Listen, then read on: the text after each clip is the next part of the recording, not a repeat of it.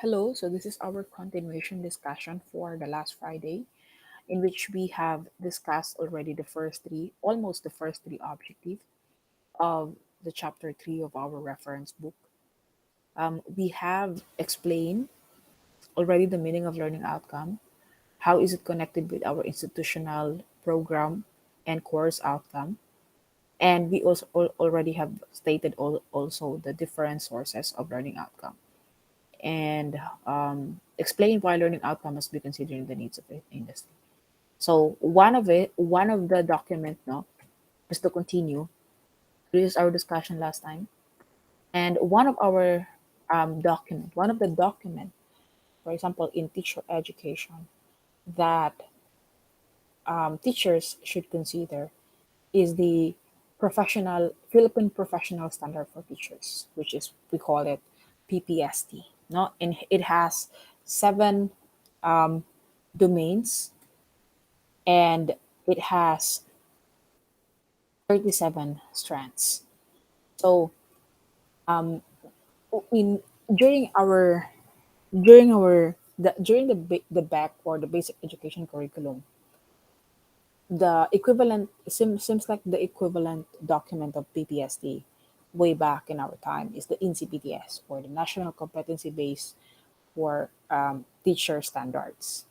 So as you can see here, now there's a bit change from NCBTS to PPSD, because curricularists believe that since there's already a change in the K to 12, there's already a change in the basic education curriculum, which is the implementation of the enhanced K to 12 basic education program, no, or just mean the 10522 RA, Republic Act.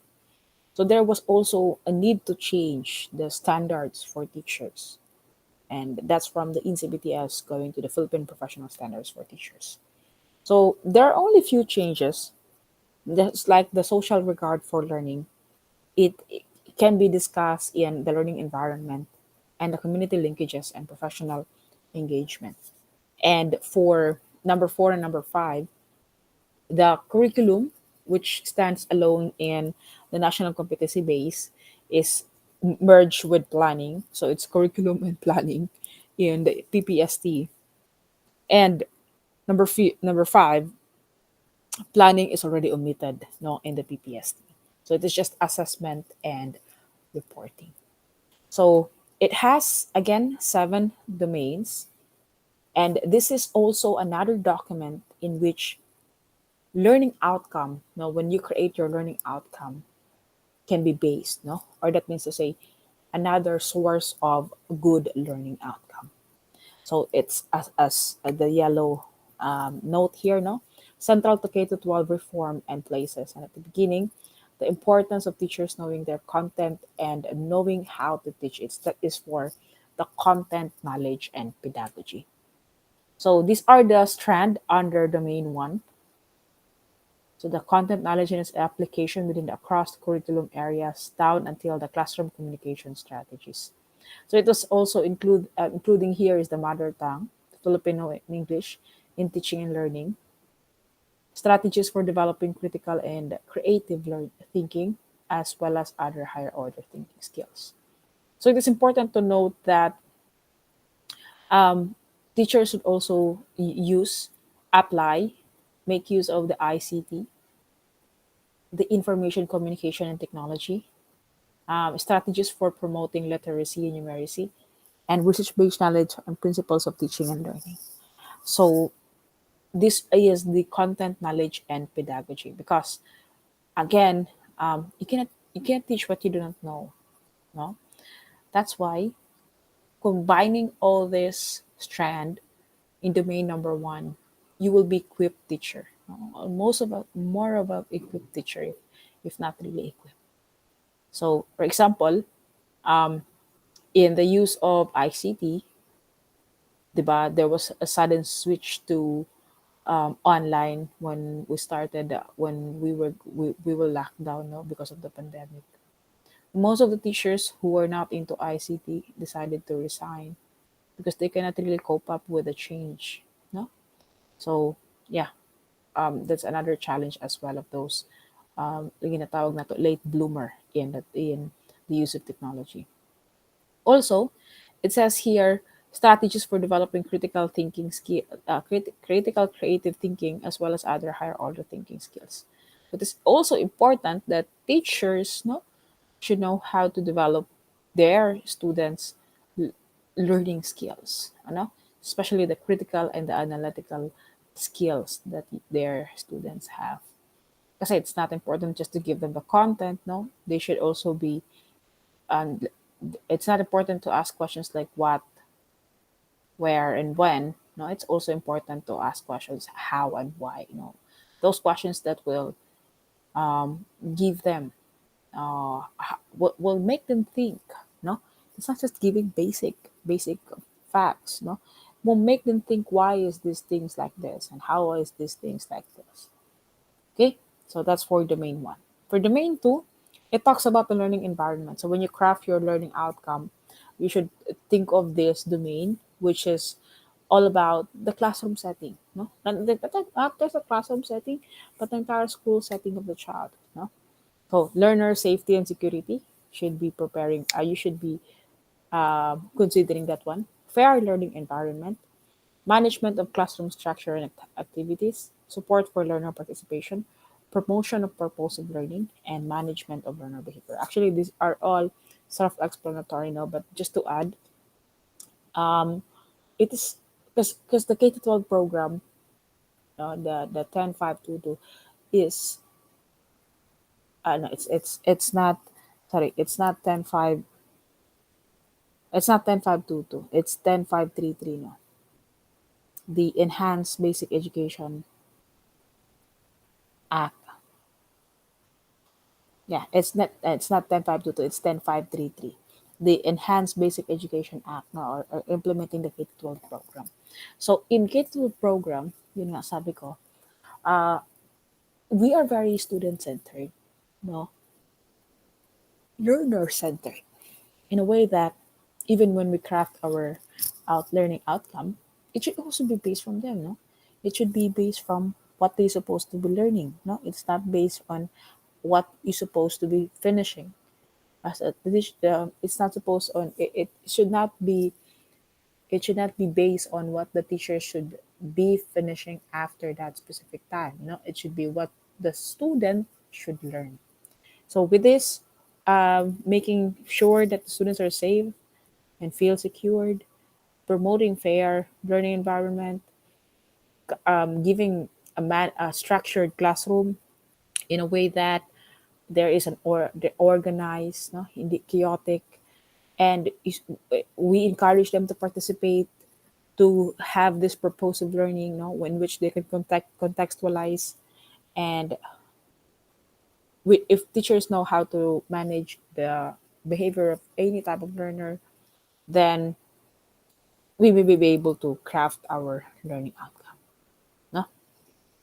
The third domain is the diversity of learners. So it is not also important that we should know about the learning environment of a child when we craft our learning outcome. It is also important to know that according to Howard Gardner, no, we have multiple intelligences. So here, learners' gender needs strength, interest, and experience. So that means interest. No, some would be mathematically inclined. Some would be interpersonal inclined, like the way they do good on public speaking. They do good on language skills, or writing, oral, reading or writing. No, and others are also musically inclined. So we we attend to that. Now we also should consider that one. Learners' linguistic, cultural, socioeconomic, and religious background, we should also attend to that. Learners with disability, giftedness, and talent.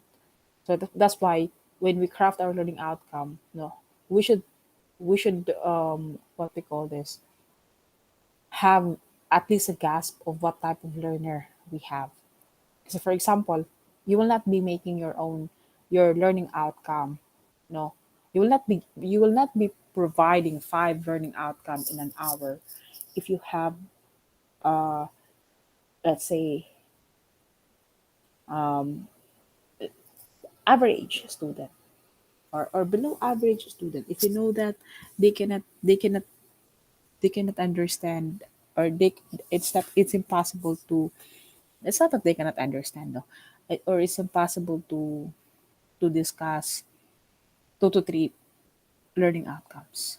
So, you as teacher should know what type of learner you are handling in a way that you will consider that one in making your learning outcome. Also, learners in difficult circumstances. When we say difficult circumstances, that could include those who are in conflict, students, or teenagers. For example, those in juvenile delinquency, mga juvenile delinquent, ng student with in conflict with the law, or they could be the victims as well, like the rape ones, or the victims of domestic abuse. So we should also consider that one. And at the same time, the learners from indigenous group.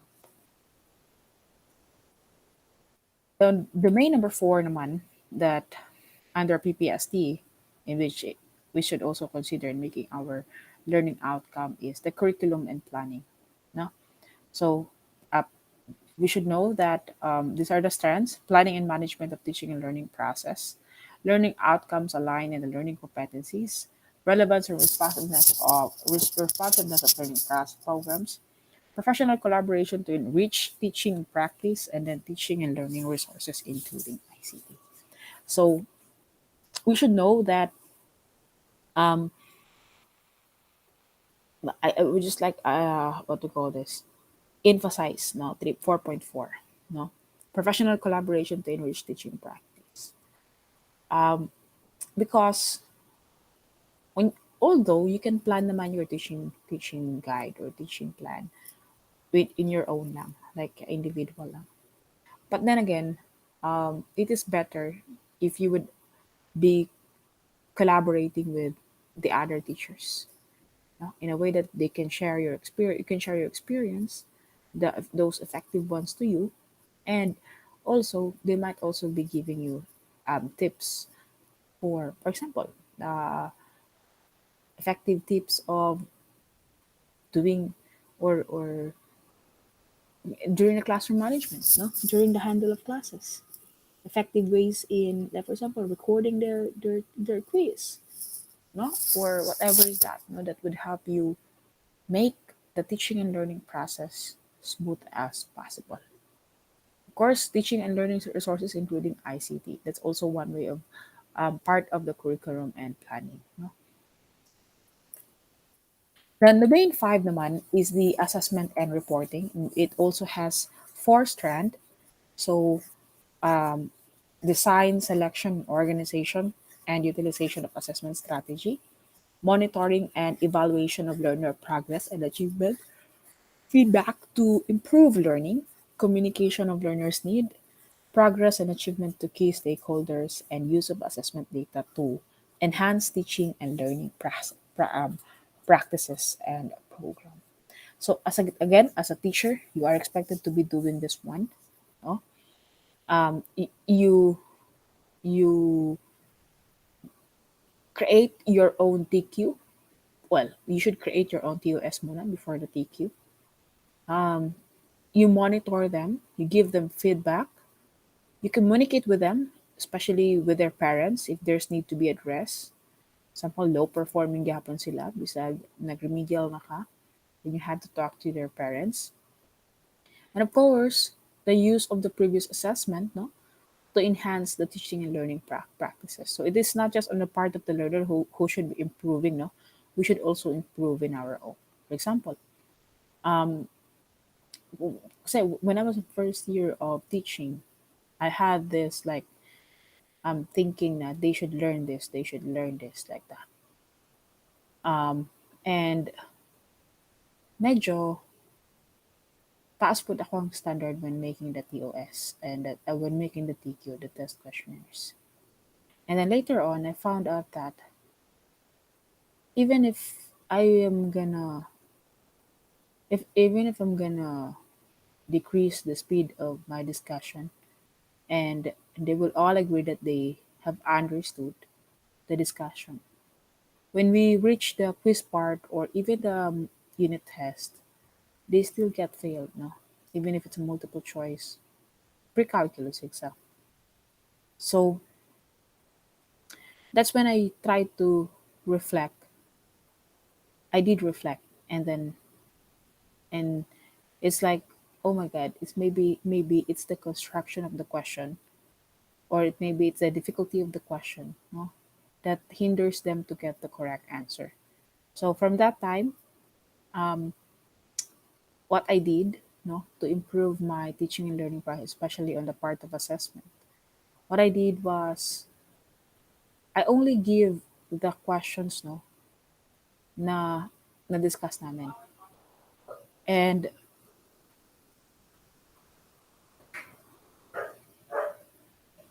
I would try to make it simple, no, contextualize in their own as much as possible. Sixth domain, no, in the PPST, or the Philippine Professional Standard for Teachers, is the community linkages and professional engagement. It has actually four strands: establishment of learning environment that are responsive to community context, engagement of parents and wider school community in the educative process, professional ethics, and the school policies and procedures. So this is actually the social regard for learning in NCBTS. No, another in which the social regard for learning can also be discussed in this domain. No, so the establishment of learning environment that are responsive to community context. So in a way that you give examples also outside the school, no, not just inside the school, but you also give example outside the school. You can set examples like how the institution work, or an example of even in a simple public market. And then the second strand under domain six is the engagement of parents and wider school community in the educative process. So this again important. No, when if you will go back to your domain, to our domain five, it is important that you talk to them with regards to their learners.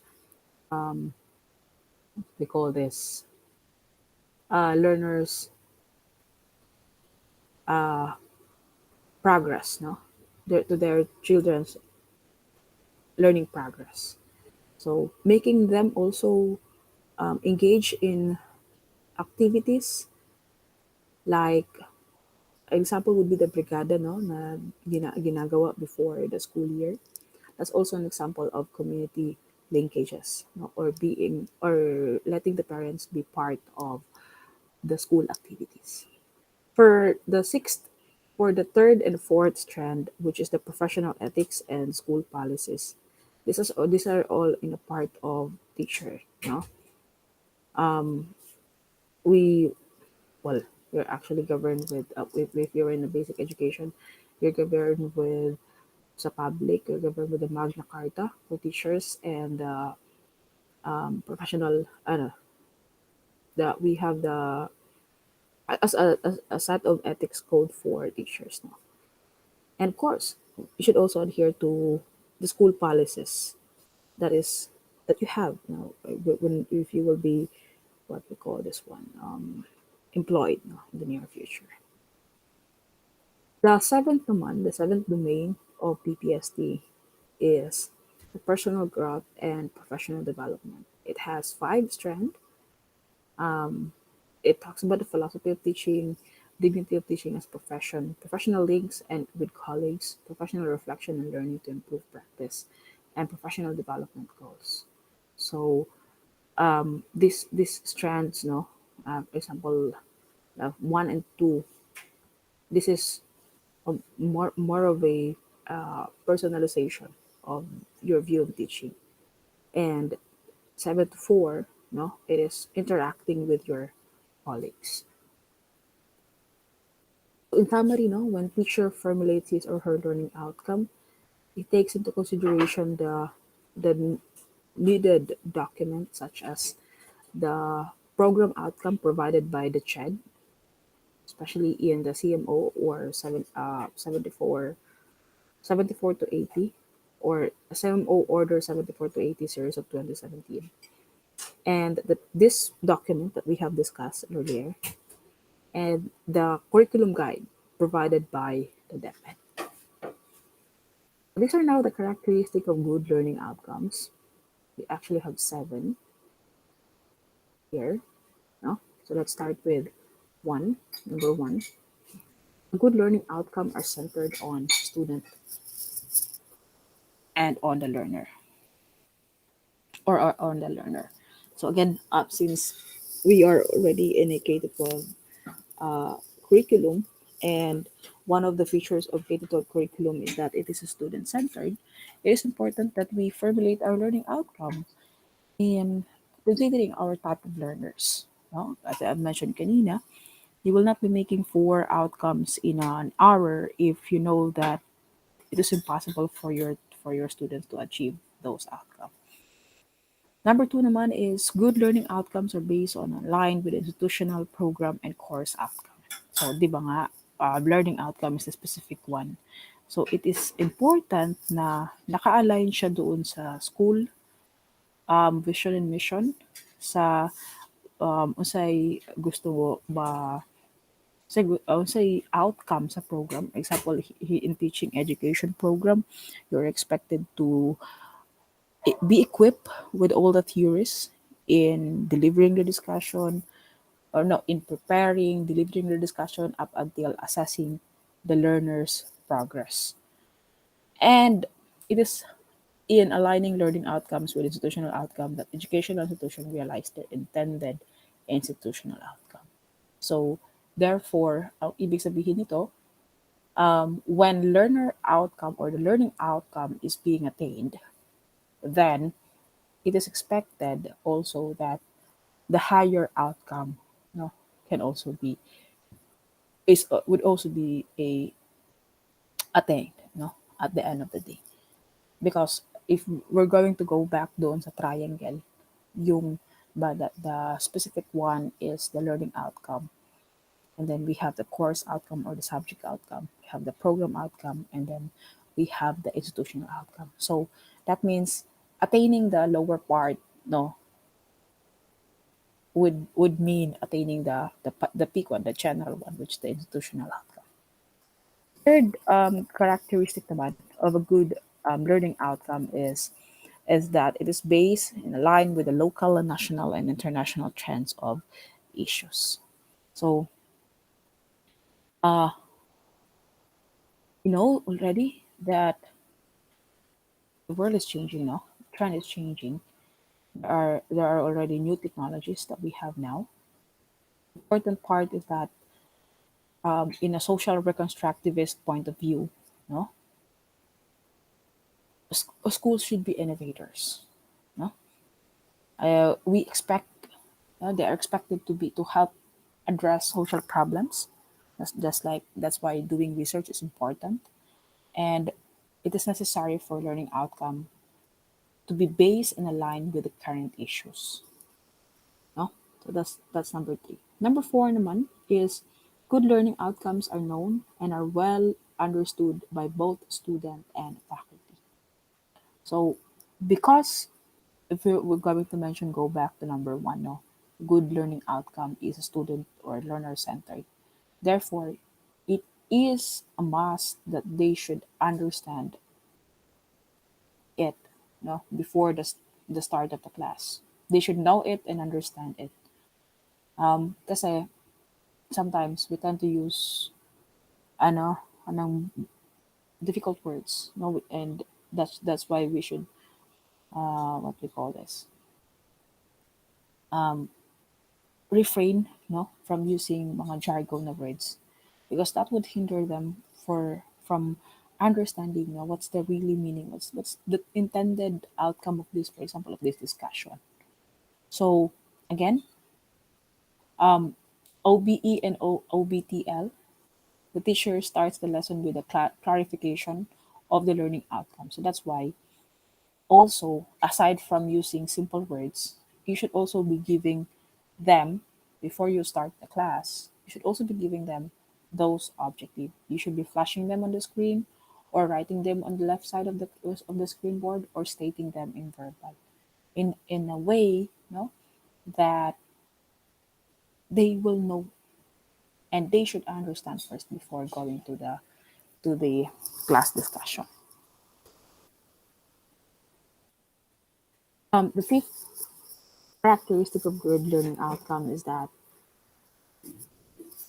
it includes a spectrum of thinking skills, from simple remembering to creating, and that is from, if we're going to base that from the revised Bloom taxonomy of Anderson and Cratwell, in 2017. So the only difference of these two, the original Bloom's taxonomy and the revised Bloom's taxonomy, is that Bloom's taxonomy uses the noun, and the revised Bloom's taxonomy uses the, what we call this, the verb, no. And there's a change of that in the setting of evaluation and synthesis. On the revised Bloom's taxonomy, naging creating and evaluating, or mas mataas pa, higher pa si creating than evaluating. Because again, the idea is that you cannot make something, according to Anderson and Cartwell, you cannot make something, you cannot create something if you were not able to judge or to critique it. No. And this is also the McTigan Wiggins on learning outcome, provided the four key of educational goal. We have the knowledge, basic skills, long-term understanding, and long-term transfer of goals. So here we have, for explain, you can provide explanation, interpret, identify means, apply, use knowledge in use a new situation, have perspective, see a point viewpoints through critical eyes, empathize, able to find value on what others may find odd, and have self-knowledge, aware of what they do not understand. So this is the pink taxonomy for significant learning. Actually, it is the level, the order is clockwise. No, start from foundational knowledge, understanding of information and ideas, and then down to application, down to integration, down to human dimension, to carrying, to learning, and learning how to learn. That's for Fink's taxonomy for significant learning. This is more on an affective part, of affective domain of the the student progress. And this is the solo, or the structure of observed learning outcome taxonomy, given by Biggs, in which you can see here, there are five levels. The one written on the horizontal, we have the pre-structural, in which there is a little competence.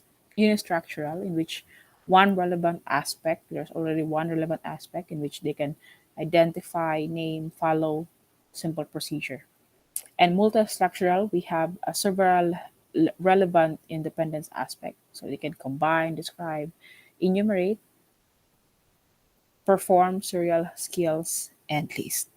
For relational, this is when relating facts already, integrating into a structure, and the verbs can be used. It can be used would be analyze, apply, argue, compare, contrast, criticize, explain causes, relate, and justify. And also, we have the extended abstract, or the generalized to new domain, from giving using their previous knowledge to creating a new model. Um, the verb can be used as create, formulate, generate, hypothesize, reflect, and theorize. So one example of this is the proving, that we have in mathematics, for example, or in English, the, let's say, discursive writing, and then they will make an output about it. They will create, based on the standards, based on the steps of creating, example, creating an essay. Then they will make when they make an essay, that is also an extended abstract. So according to Biggs, from incompetence to competence, the level of learning is defined, from pre-structural to extended abstract. Number six, a good characteristic naman of a learning outcome is that it should be smart. So the when we say smart, it stands for specific, measurable, attainable, result oriented, and time bound. In a way that, of course, since it's the learner who will be what we call this one, um,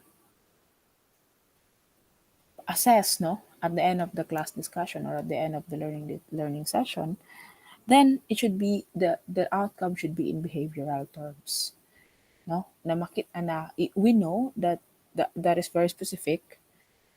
We know that we can measure that at that at until the on the last part or on the evaluation part, that it can be attained within the given hour or given 2 hours, for example, and it is result oriented. So when you say measurable, then that means to say my result siya, my outcome siya. At the same time, time bounded. So we have here two examples of a learning outcome. So to discuss everything that you have learned from this course. And the other one is to illustrate with a concrete example at least 5 principles of learning. So you know already that the first one is not following the SMART principle. And the second one is the SMART outcome. No? Why? Because if you're going to make a learning outcome, let's say to discuss everything that you learned from this course, there are there are a lot of topics that we can we can point out. So it's not specific. At the same time, there is no like a specific instruction on how to do it. No, this is to discuss. There are many ways to discuss, right? When but if you say to illustrate a concrete with a concrete example, at least 5 principles of learning, this is the very specific one. It can also be measured. It is attainable. Now at the same time, it is result oriented because it only asks for 5 concrete examples. No, at least 5 principles of learning, and at the same time time bounded. For sure, it is time bounded, depending on the time that is given. And the seventh characteristic of a good learning outcome is that it is useful and relevant to learners. So, of course, no, the underlying principle is that since it is again the learner who will be addressed, who will be observed, no, who will be assessed at the end of the discussion, then it should be useful to them. No? So it is easier for learners to realize the learning outcome if they are of use and relevance to them. If the learner outcomes are relevant, the learners see importance or significance of realizing the learning outcomes in their life. So example, um, kaya nga there for mathematics teacher, no, there is always this difficulty in mapping the abstract to the contextualized example because in what we call this one in the academ, no, when we're still studying, we are taught about more of abstract, no, less of a contextualized, less of a real life example. And that's why when we go to field, sometimes we don't have enough answer to the students who will be saying, "Unsaon man ako ng x squared plus 1, ma'am, di man ako na magamit." No? Sometimes we tend to ignore those questions maybe because we don't know the answer, but actually we can answer them na there are things that can be modeled, and the way we model them could be using the x squared plus y squared equals 4, for example. That's an example of a circle. So circle is found everywhere, your ball, your watch, or the wall clock. So it's just a matter of answering them. So if they will realize that yung napakahirap pala na circle equation or na yung napakahirap pala na parabola equation can be expressed or can be related, no, or can represent a real life example, then the part of the learner they would be more engaged, no, unless unlike sa kanang hatag lang tag abstract topic without letting them connect that to the real world. So again, it should be useful and relevant to them. That's why when we give examples, it should be based, as much as possible, it should be based on their experience. So that's the seventh characteristic of a good learning outcome. I hope that you will be this would be of help to you, no, in learning our chapter 3 about learning outcome, the sources and a good characteristic or sources and its characteristics. Thank you.